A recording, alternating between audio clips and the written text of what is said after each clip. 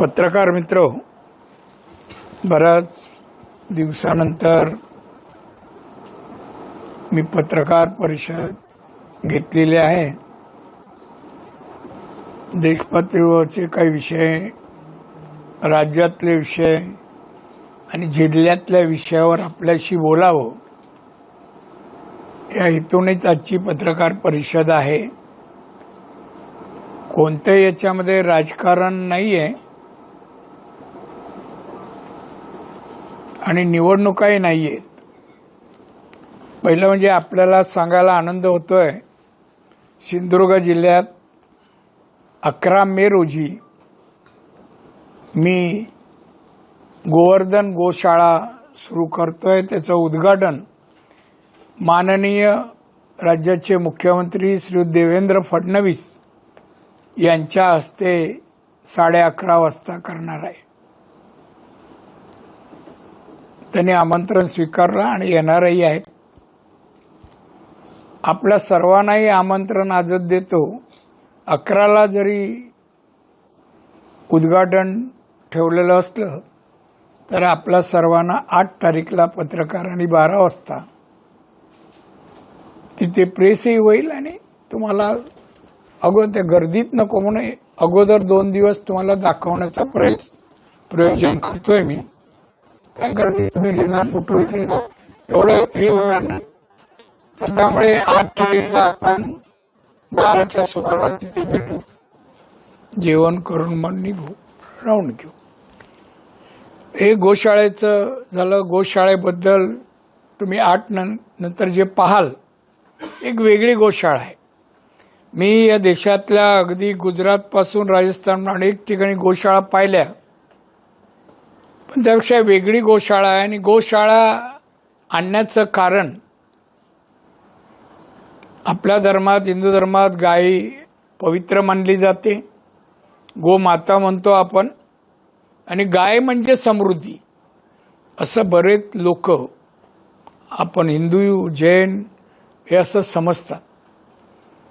अशी गाय आपण जिल्ह्यातल्या लोकांनी ठेवावी, पाळावी, तिची सेवा द्यावी, करावी, म्हणजे समृद्धीचा मार्ग या जिल्ह्याचा आपल्या दिशेने येईल. या हेतूनेच मी हे सगळं करतोय. नफा तोटा किंवा धंद्यासाठी हे नाही आहे. गोशाळेमध्ये या देशातील गायीच्या प्रमुख जाती आहेत. गीर गायीपासून अनेक जाती आहेत. या दूध अगदी 20-22 लिटर, 18 लिटर असं देणाऱ्या गायी आहेत. देखण्या गायी आहेत. लातूरची देवणी ही अतिशय देखणी गाय पण त्याच्यामध्ये आहे. गायी 80% आलेल्या आहेत. जवळपास आता गिरगाई 80च्या जवळपास आल्या आहेत. अजून 20 येतील.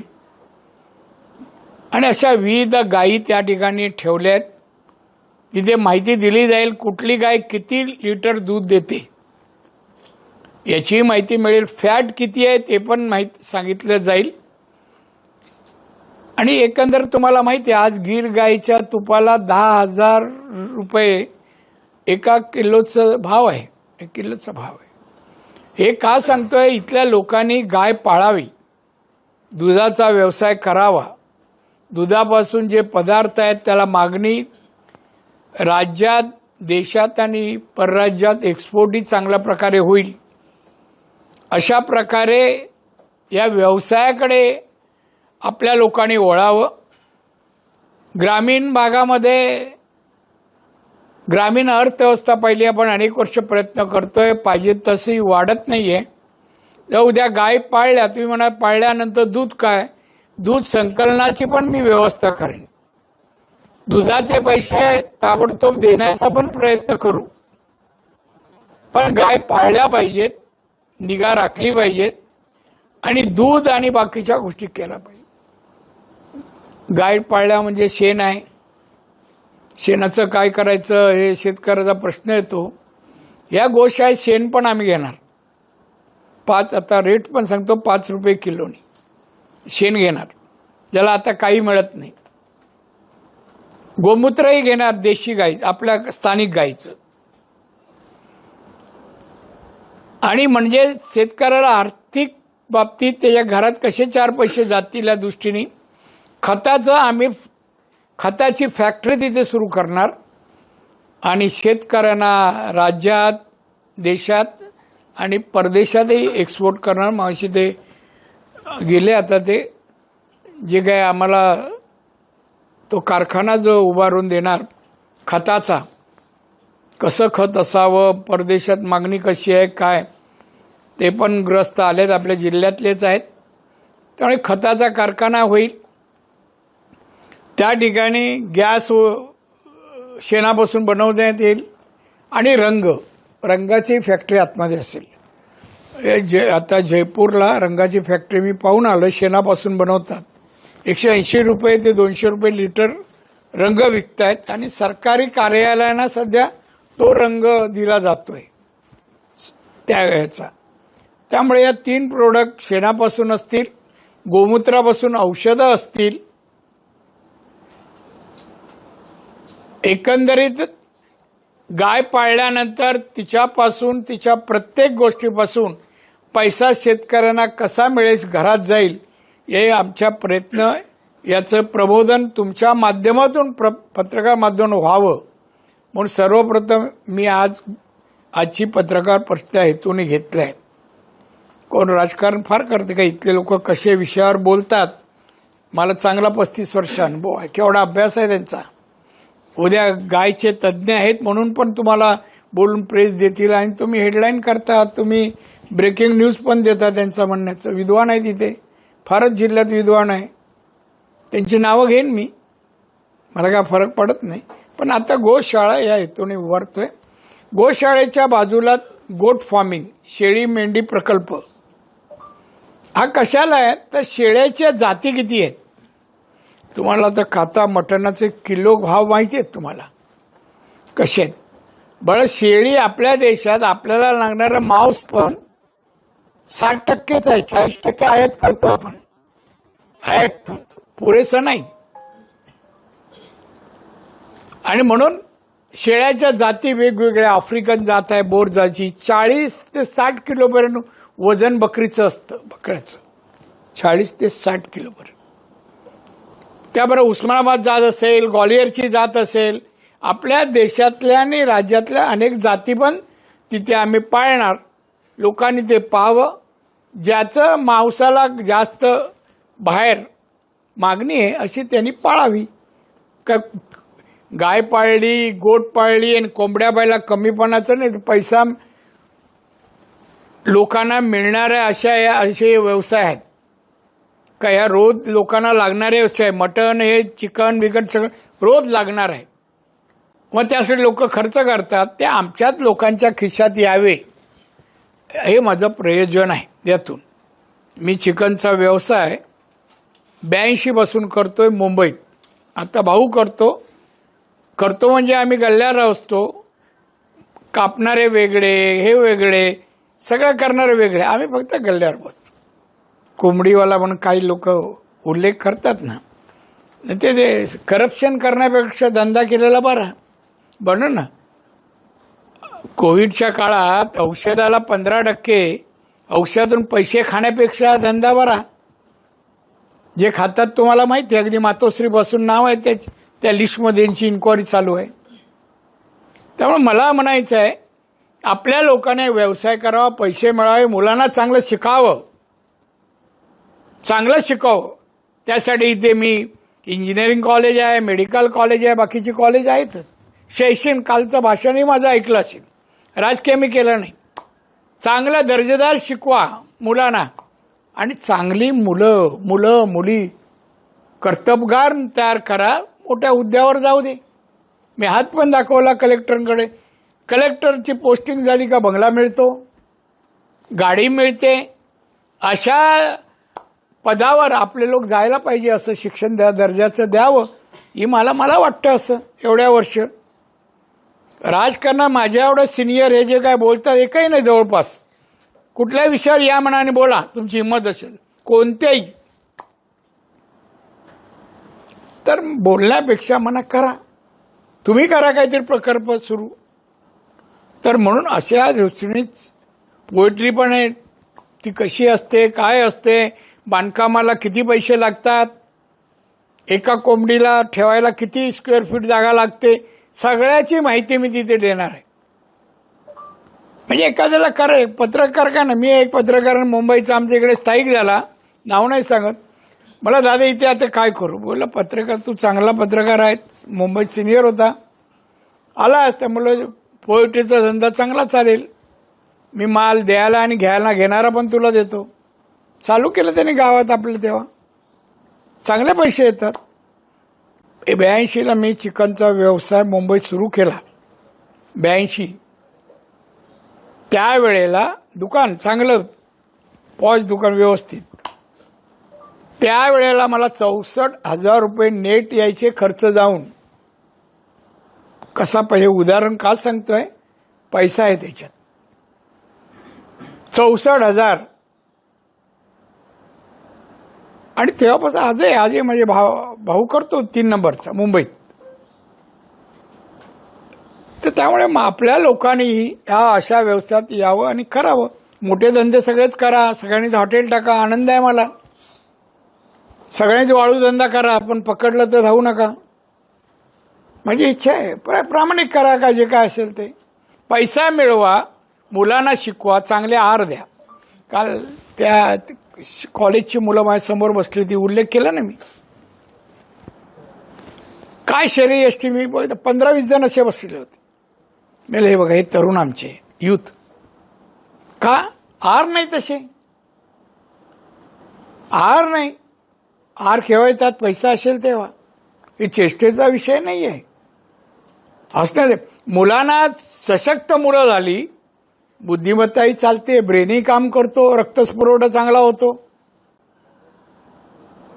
मुलांना अन्न मिळालं, कपडे मिळाले का उत्साहाने शिक्षणही घेतात. आणि म्हणून त्या माध्यमातून मी बोलतोय की मिळालं पाहिजे, केलं पाहिजे. एका दिवसात सिंधुदुर्ग समृद्ध नाही होणार, प्रत्येक माणसाने योगदान द्यायला पाहिजे, योगदान. आणि म्हणून असा व्यवसाय लोकांना शिकवण्यासाठी म्हणून मी ते केलंय. आता तिथे पण तुम्हाला दिसतील नोकर. आपल्याकडे सगळे साफसफाई नोकर मिळत नाही. आपण गाय पवित्र असते, पण तिच्या शेणात हात घालायची. आपण शिकल्यानं 10वी 12वी झालं तरी लाज वाटते, की कमी पण वाटते शेण. पूर्वी तर आपली घरच शेणाने सारवायची आणि त्याच्यात जो उठणं बसणं त्याच्यातच होतं. पण आत्ताच्या पिढीला ते वाटतं मला काही भाष्य द्यावर करायचं नाही. पण तिकडे बघा, नेपाळवरून पण लोक येऊन काम करतात, तिकडे रोजीरोटी नाही, त्यांना हौस नाही एवढे लांब यायची. मुलांना घेऊन आली आहेत, कशी कामं करतात तशी पण. तर हे सगळं पहा आणि लिहा. मला वाटतं गायीच्या जाती पण तुम्हाला आनंद वाटेल अशा बघायला. एक एक गाय कशी दिसते. छोट्या पण येतात 3 एवढ्या गायी पण मी तिथे ठेवल्यात, 3 आहेत. आता बघतोय अजून 2 नरमादी हैदराबादवरून येतात, वेळ लागतो. तर अशा रीतीने तुमच्या ज्ञानात भर पडेल आणि ती भर तुम्ही आमच्या शेतकऱ्या पण लोकांना पोचवाल. म्हणा पण उद्योगाला प्रेरणा मिळेल असं काहीतरी लिहावं. काही नाही, लोक निर्जीव आहे, उपाशी मिळाल. तर बघा आता तुम्ही बाहेर थांबायला पाहिजे. लोक भेटताना मला एक मुलगी आणि तिची आई आली.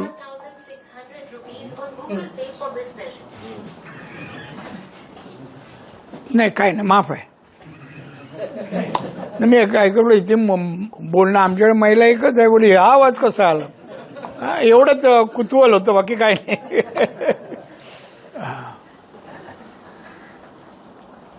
हसायला येतं म्हणजे थांबतोय.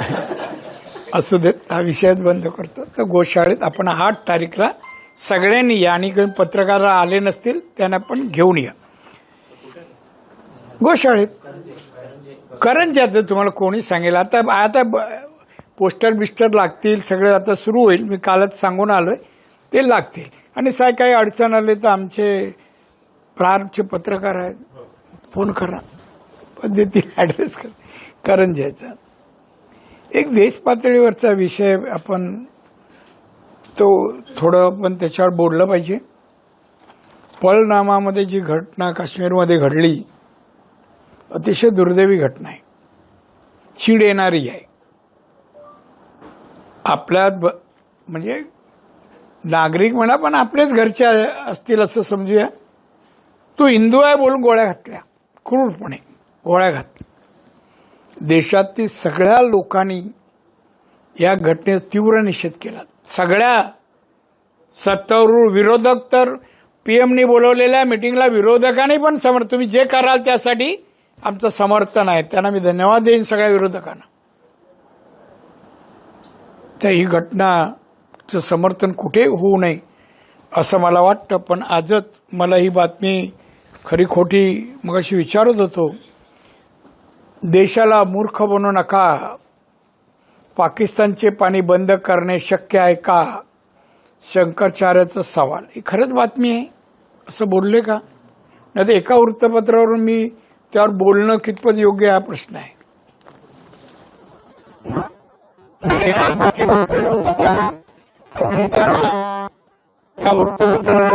पोषक नाही का तुम्ही सांगा ना, हा का नाही, कोणाला माहिती आहे का ही बातमी?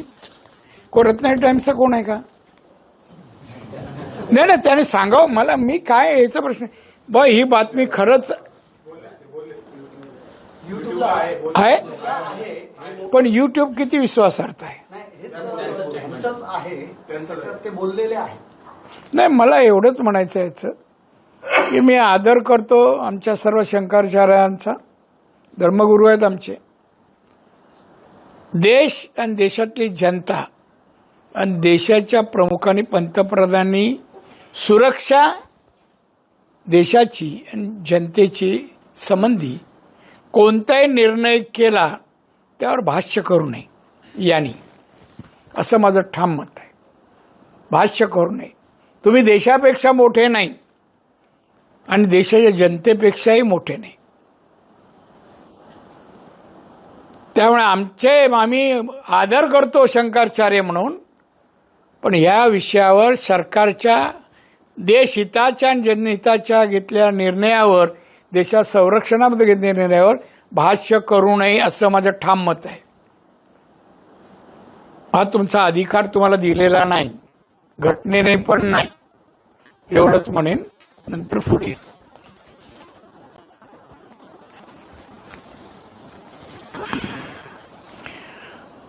तुम्हा सर्वांना धन्यवाद देईन.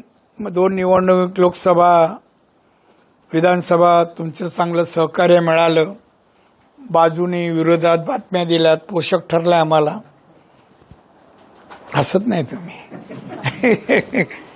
ठरलंय, धन्यवाद. काय म्हणा, मला काही बनायचं नाही.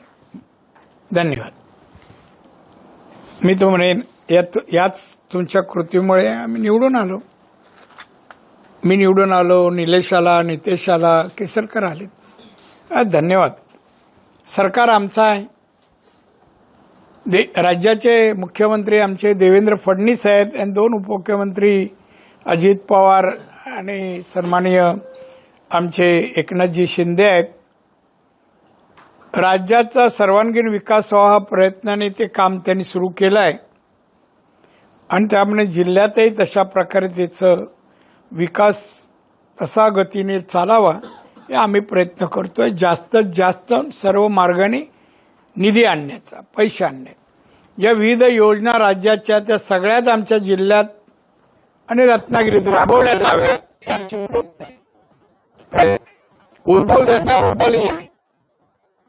इंडस्ट्री करतोय. दोडामार्गला जागा आहे, मुद्दामून 1000-1200 एकर जागा आणि मी रिंग रोड पर नेऊन सोडलाय. मी तिथे यावी अदानींबरोबर माझी एक मीटिंग नजीकच्या काळात होईल. आपले रत्नागिरीला ज्यांनी पोर्ट बांधला काय ना, जिंदालची पण माझी मीटिंग या 8 दिवसात होईल की ते 500 पेक्षा जास्त कारखाने आणतील आणि 1 लाखापेक्षा जवळपास रोजगार उपलब्ध होतील अशांना मी ती जागा देणार आणि त्यासाठी माझी बोलणी सुरू आहेत. एकंदरीत मला इतकी बेकारी घालवायची आहे. आता गरीब एवढे राहिले तसं मला वाटत नाही. आपल्या जिल्ह्यात पर कॅपिटल इन्कम आपला 2.5 लाखाच्या दरम्यान गेला. आपण विदर्भातील नागपूर सोडून कुठल्याही जिल्ह्यापेक्षा पुढे आहोत आणि मराठवाड्याचे. आणि माझं टार्गेट आहे लवकरच 3 ते 3.5 लाखापर्यंत आपल्या जिल्ह्याचं पर कॅपिटल इन्कम जावं. लोकांना मी म्हणतोय काम करा, व्यवसाय करा आणि आपण जे उत्पादन करतो ना त्याचं शेतीतलं क्रॉप म्हणजे पीक त्याचं बाय प्रोडक्ट बनवा आणि विका पैसे. त्यामुळे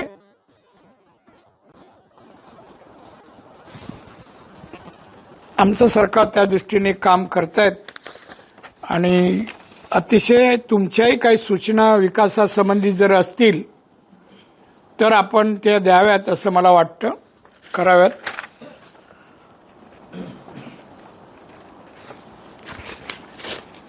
त्या सूचनेचा विचार करीन. कधी भेटा तुम्ही, सांगा मला या विषयावर. तुमच्या काही सूचना असतील, काही तक्रारी असतील, त्या तक्रारीला मी नोंद घेऊन, तक्रार चुकीची आहे म्हणणार नाही, इम्प्लिमेंट करता येईल तेवढं मी करेन. एक इथे बातमी आहे, तरुण भारत. जिल्ह्यातील सत्ता एकाच कुटुंबाकडे आल्याने स्वैराचार.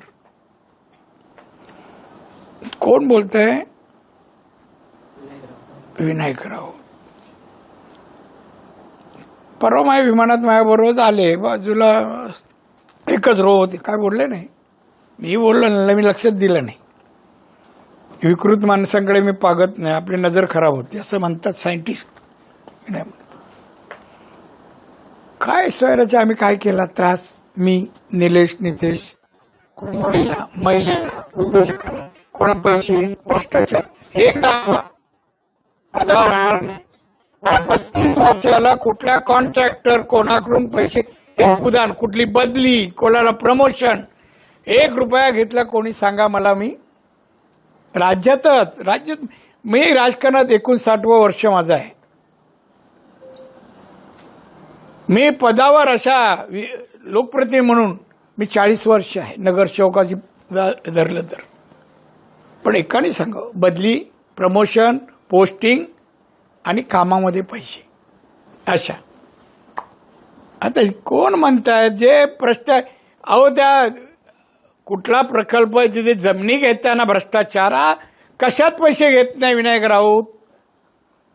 कोण होता, कुठे होता, कुठला व्यवसाय केला, तू पैसे कमवले आणि रत्नागिरीला जमिनी घेतल्या, जिल्ह्यात घेतल्या. तोंड बंद कर म्हणा. तो नाव घेऊन घ्यायचं नाही, मला नाव घ्यायचं नाही, तेवढे बघायचं पण नाही, बघण्यासारखं काहीच नाही. आमच्याकडून नाही होणार. तुम्ही पण चाप लावू शकता. तुम्ही सांगा, दादा तुम्ही असे वागलात, सांगा माझा कोणाला उपद्रव आहे, जबरदस्ती कोणाची जमिनी घेतल्या काय रे बाबा, एक सांगा ना. मी जमिनी मायासाठी घेत नाही, इंजिनियर कॉलेजसाठी घेतल्या, पैसे देऊन घ्यायला, मेडिकल कॉलेजसाठी, आमच्या वृद्धाश्रमासाठी, सगळे विधायक, महिला उद्योगांसाठी, लोकांसाठी आम्ही घेतो, शैक्षणिकासाठी. बाकी आमचे काही जमिनीची काही गरज नाही. आम्ही व्यावसायिक आहोत. आम्ही गोव्याला घेतली, गोव्याला हॉटेल आहेत. कोणाला त्रास होईल असं कुठलंही कृत्य अद्याप मी केलं नाहीये.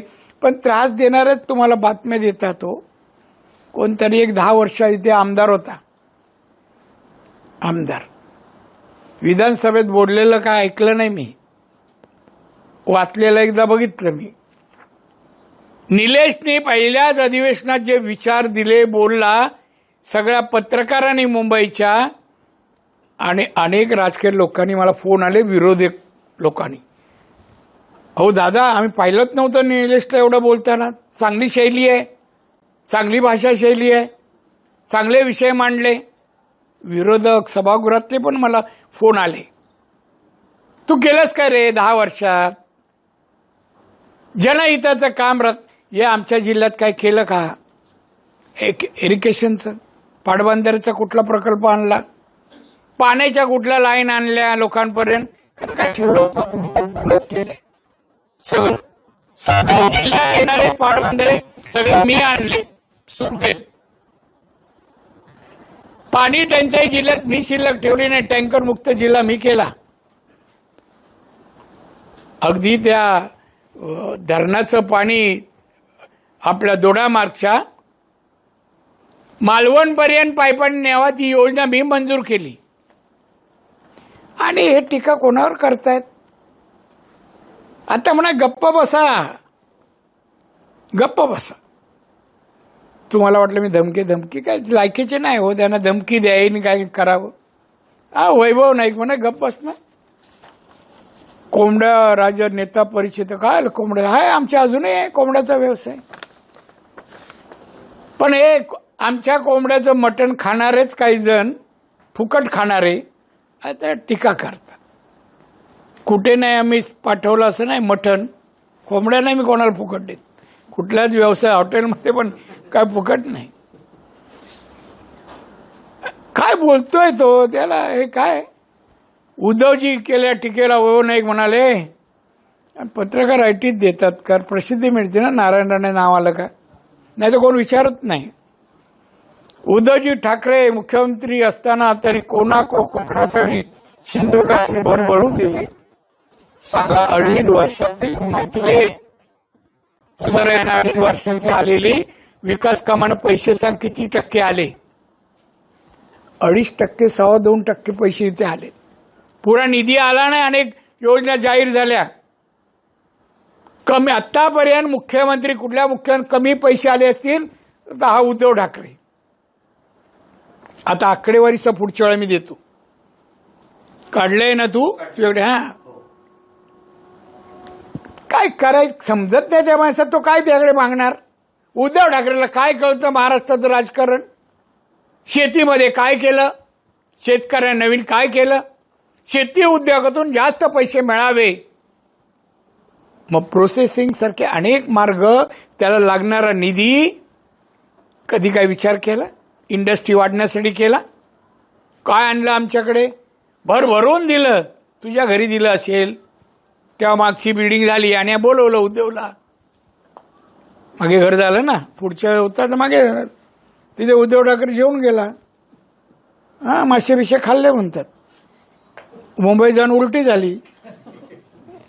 उगाच म्हणा हुशारी करून मी खानफडत मारीन कधी जाऊन. मी परवा नाही करणार कोणाची, चुकीचं काय ते बोलले तर. उद्धव ठाकरे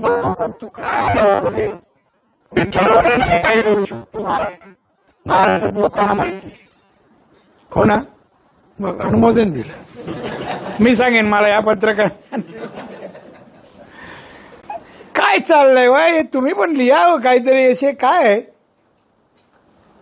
चिपी विमानतळाचे काम अनेक रखडले, तू केले का? अरे आंदोलनं केली, काय झालं? त्या उद्घाटनच्या वेळेला बेइज्जत केली तुमची. काय केलं तुम्ही? बेइज्जत उद्धव समोर. नमस्कार येतोय आम्ही, विमान जाईल. कॅमेरा चालू आहे.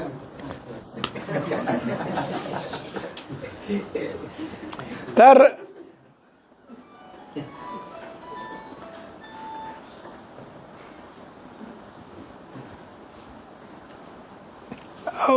वादळाच्या वेळा किती पैसे दिले आणि किती पोचले हे पण तुम्ही जरा बघा. मी सांगतो एक तरी तुम्ही हे करत असं. त्यामुळे यांना मी तोंड बंद करा. आम्ही करतोय 5 वर्ष ना, आणि मग बोला ना नाही केलं आम्ही. नितेशने आता जो निर्णय घेतला त्या उद्धवने घेतला का मच्छीमारांचा? हा, त्यांना कुठल्या शेतीला कुठला टॅक्स नाही, तसं मच्छीमार टॅक्स नसणार. किती फायदा होणार त्या घेतला का? आता अनेक उपक्रम मच्छीमारांसाठी येत आहे. तुम्ही काय न करता कशाला नाव घेता त्याचं? मी नाव पण नाही घेत. त्यांच्या हाताने काय होणार नाही.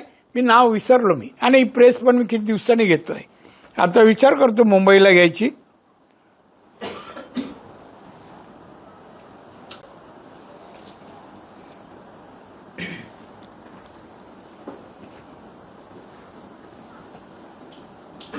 बघा मागच्या डीपीडीसीत ड्रग्स वगैरे हे मी मी आणि नितेशला अगोदर सांगितलं तर आम्ही काढणार आहे. हा म्हणतो पालकमंत्री असताना हे चाललंय. पालकमंत्री काल झाला हो, 2.5 वर्ष तुझा तो ऊब देऊन गेला ना आमच्या खुर्चीवर लायकी नसताना बसलेला उद्धव, तेव्हा का नाही केलं हो?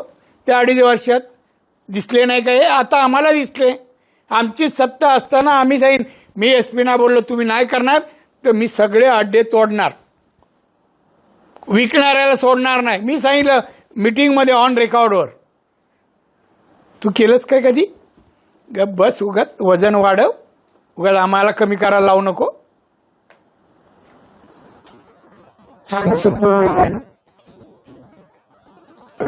जास्त वेळ नाही तो आणि कर दोघांनी. विनायक काय काय केलंस रे? काय नाही केलंस तू जिल्ह्यातील लोकांना? कुठलं कुटुंब, शाळा, बालवाड्या, कॉलेज, रोजगार काय केलं सांगा या लोकांनी? दोघांचे नाव घ्या. त्यामुळे विसरा आता राजकारण. भविष्यात पद यांना मिळणार नाही, रिटायरमेंट घ्यावी. आणि राहायचं असेल तर वृद्धाश्रमात जागा आहे, राखून ठेवलंय आम्ही राजकारणी लोकांसाठी. अन्न धान्य सगळं फुकट. कपडा लत्ता पण देतो, थंडीत ब्लँकेट पण देतो मी. अरे बोल ना, देतो ते आपण. येऊन राहावं म्हणावं.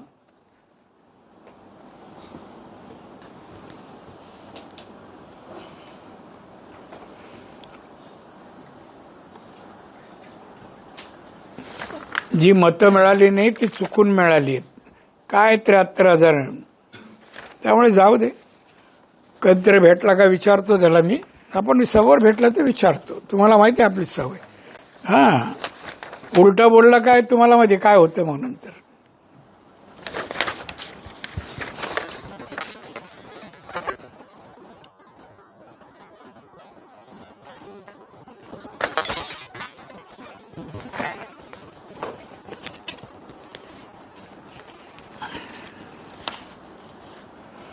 झाले विषय आपले.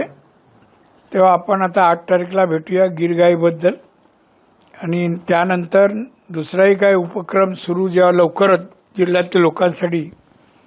मी उद्योजक धंद्याबद्दल लवकर तीही घोषणा करेन माझं बोलणं झाल्यानंतर. पण एकंदरीत मी सांगितलंय, जो संकल्प केलाय तो जिल्ह्यातल्या लोकांसाठी. मला भोसवायला पद नाही म्हणून इथे आलो नाही मी जिल्ह्यात. तुमच्याही माहितीसाठी सांगतो, मला पाठवलं आणि मी खारेपण ओलांडतानाच निर्धार केला की मी या जिल्ह्यात येतोय. हा जिल्हा सुखी समृद्ध केल्याशिवाय मी राहणार नाही. 35,000 पर कॅपिटा इन्कम आज 2.5 लाखाच्या घरात आहे.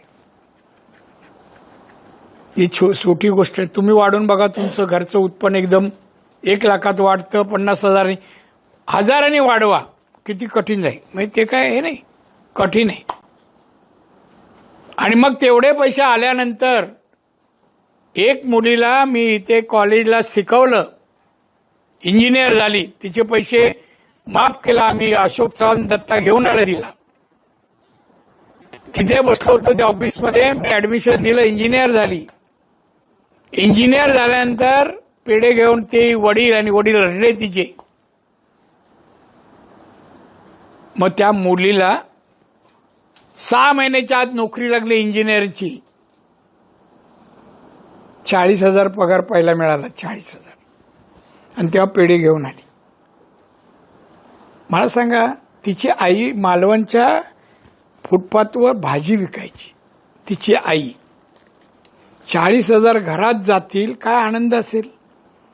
जेवणाचा प्रकार, एखादी भाजी तरी, एखादं कडधान्य तरी, महिन्यात एखादं मच्छीमार तरी, कारण चादर हे घेऊ शकते की नाही महिन्यात, भावंडांना शिकवू शकते. हे परिवर्तन शिक्षणाने. आणि ते मी पाहतोय. आत्ता पण तिथे बसला, किती जणांना मी श्रीमंत असं काय नाही, श्रीमंतीचं वडिलांचा ट्रस्ट हेच काम करतो. त्यामुळे तुम्ही पण लिहिताना कोण बोलतो म्हणून बातमी देऊ ना, तुझं काय कार्य सांग ना बाबा. 10 वर्षात केलेलं कार्य सांग. लिहितो आम्ही. तुम्ही ब्रेकिंग न्यूज द्या, पाहिजे तर जाहिराती त्याच्या नावाने जाहिरात पैसे मागून घेऊन जा कार्याच्या, त्याच्या कार्याच्या. खरं सांगतो. आणि असले ना असे लोकप्रतिनिधी भविष्यात ईश्वराने या जिल्ह्याला देऊ नये.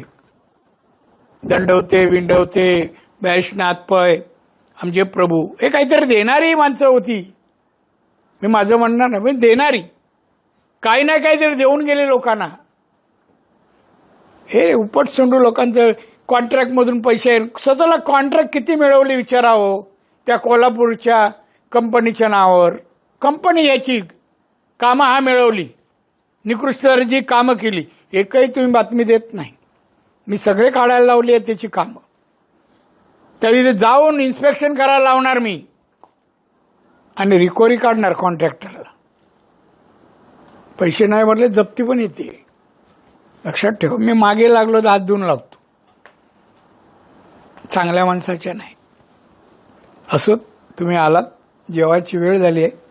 हे काय ना चहा वगैरे काय देतं की खायला वगैरे अगोदर देतो का ताकद वाढव त्यांची.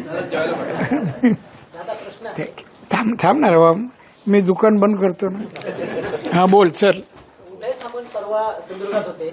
यावेळी त्यांनी एक भाष्य केलंय की निलेश राणे सुद्धा वैभव नाईकांना स्वीकारतील. त्यांना मी निमंत्रण देतो पक्षात येण्याचं असं त्यांनी एक भाष्य केलं.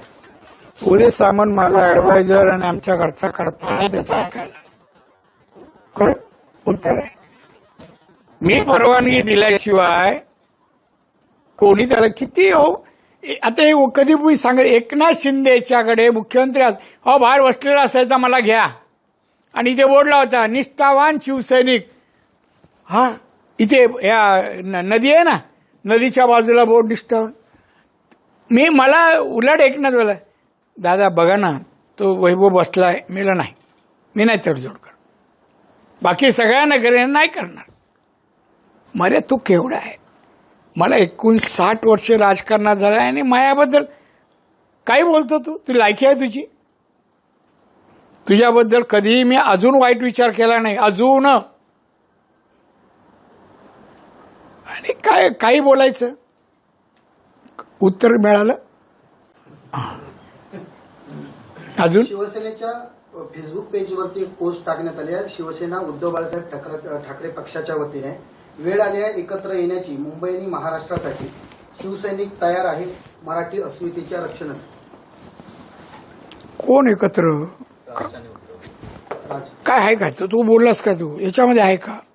कोण एकत्र कोणाला आवाहन केलं आणि देणारी कोण कोणाचं आहे ते दुकान त्यांचीच माणसं. बरं तुम्ही मला सांगा. मी तुमच्या जून भाष्य केलं. मला बरेच पत्रकार येऊन गेले घरी माझ्या. मला भाष्य करायचं. अरे दोन भाऊ एकत्र आम्हाला नको आहे का.